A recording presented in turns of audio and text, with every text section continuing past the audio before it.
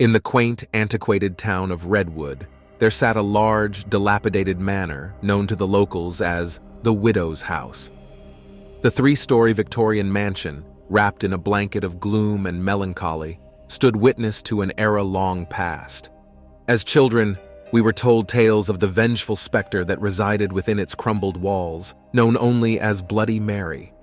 One autumn evening, a trio of teenagers, Jack, Sarah, and Noah, sought the thrill of the supernatural. Ardent followers of urban myths and folklore, they decided to confront the legend of Bloody Mary.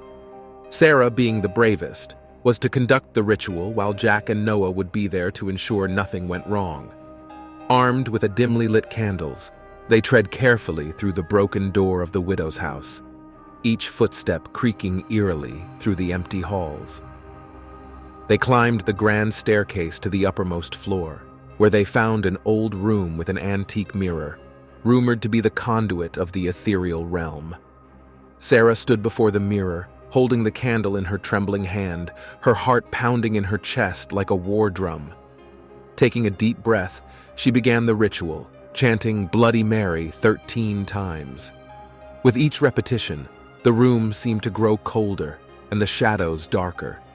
By the 13th chant, an unnatural silence had fallen over the room. Nothing happened for a moment, and they collectively sighed, perhaps slightly disappointed. But then, a blood-curdling scream filled the room. The reflection in the mirror shifted and contorted, replaced by a horrifying apparition. A ghastly woman, her skin pale as moonlight, her eyes hollow sockets, and a gaping wound dripping crimson from her throat. The figure was drenched in an otherworldly aura, an inky mist twirling around her. Frozen in terror, Sarah dropped the candle she held, plunging the room into semi-darkness, the only light now coming from the haunting glow in the mirror. The spirit's shriek echoed louder, the room around them shaking as if in the throes of an earthquake. In the chaos, Jack grabbed Sarah's arm, pulling her towards the door. Noah, paralyzed in fear, stood rooted to the spot, staring into the bloody eyes of the apparition.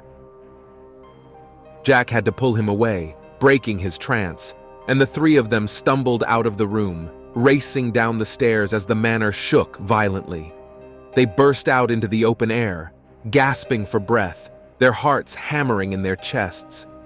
Behind them, the manor fell ominously silent. The front door creaked slowly shut, swallowing the remaining echoes of their fright.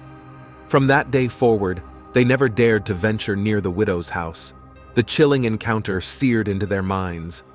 The legend of Bloody Mary was no longer just a story for them, but a terrifying reality they lived. Their brush with the supernatural served as a reminder to all who heard their tale. Some legends are better left untested.